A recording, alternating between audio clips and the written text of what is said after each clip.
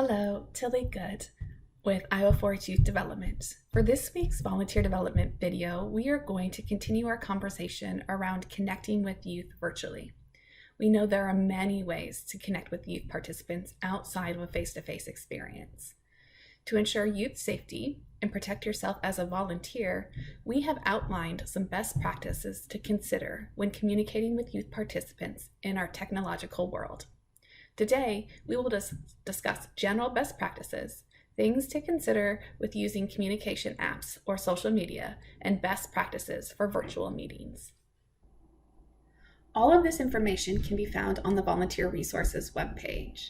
If you scroll down to the General Resources, under the Leader Resources subheading, you will find a link for Connecting Virtually with Youth Best Practices. If you click on the title, a PDF image will open. It includes all of the information I'm going to share next.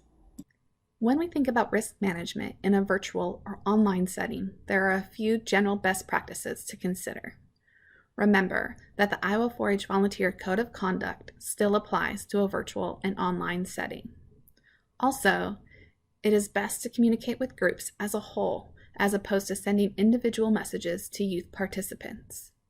If you must communicate directly with an individual youth, include the parents, guardians in that communication and carefully review the message to ensure intent cannot be misinterpreted. Also, avoid using communication tools that purposely do not maintain a record of communication, such as Snapchat. Setting up a consistent and reliable communication method is important in any group. There are many ways to do this in our ever-evolving world of technology. Instant communication tools and social media can be a great way to develop connections and enhance communication. There are risk management things to consider as you develop a plan that is best for you and your youth participants. Start by establishing expectations with youth to communicate using group text or group direct messaging on social media. Ask them to communicate with you and others using the established method and then model that expectation.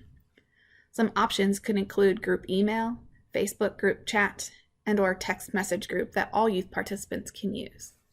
Also, be sure to create a communication plan that includes all participants and considers what access the youth may have to the communication methods.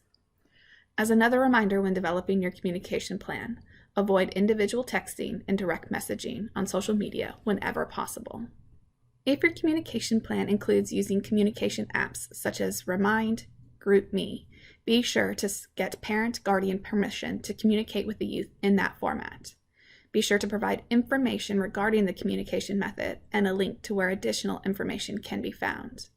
Also, make sure the communication method is a closed group that requires approval to join, so only members of your group or club can participate in the conversation. Ensure 2 adults are included on the communication stream. And also establish how people can be added or deleted to the app and share those details with families. Social media has become a quick and convenient way for many to stay connected and communicate with one another. Connecting with youth participants on social media is a personal decision. Some things to consider when making that decision. What will youth see on my social media account? What will I see on their account? What is the intent or purpose of connecting? Also, consider letting the youth initiate the request. Do not ask to friend or follow a youth. Explore privacy settings within each social media platform that limits what they can see on your profile and what you can see on their posts. If you create a Facebook group, consider making it a closed group. Also, add local County 4-H staff member to the group.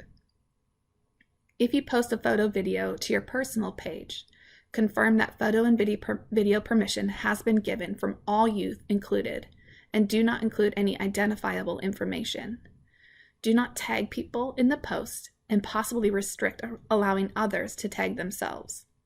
Coach families and youth that if they would like to share the photo or video that has been posted on your personal page, they can download it and post it themselves to their page.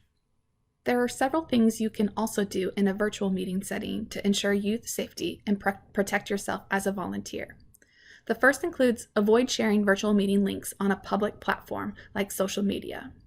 By limiting how meeting information is shared, this helps reduce uninvited guests from accessing the meeting. Also, when setting up the meeting, enable the setting that requires a password for users to enter a meeting, and uncheck the box that enables others to join before the host. Having a password is another way to control that only those that have been invited to the meeting participate in the meeting. Requiring the host to be present before others can join the meeting ensures there is a caring adult present with the youth participants. Another option to consider is to disable the private chat function to prevent individual users from conducting private, separate conversations. One thing you can do is coach youth to not include their full name on the display when entering the virtual session. Several virtual meeting platforms allow for the recording of meetings. The use of this feature should be very limited. If you must record, receive permission from all parents and guardians prior to the meeting. Announce at the beginning that you will record the meeting and provide participants the opportunity to opt out of participating. Also, consider only recording meetings with youth audio and video turned off. Just like in a face-to-face setting, avoid meeting one-on-one with a youth in a virtual setting. You can avoid this by including another adult in the meeting if you are providing feedback or coaching to an individual youth, or do it with a group of youth at one time. That wraps up some of the best practices and reminders we wanted to share to help ensure risk management practices are always in place to allow for youth safety and protect yourself as a volunteer. We also have a shareable image that you can pass along to 4-H families or other volunteers. Contact your local county extension office if you would like this image. As always, thank you and have a great day.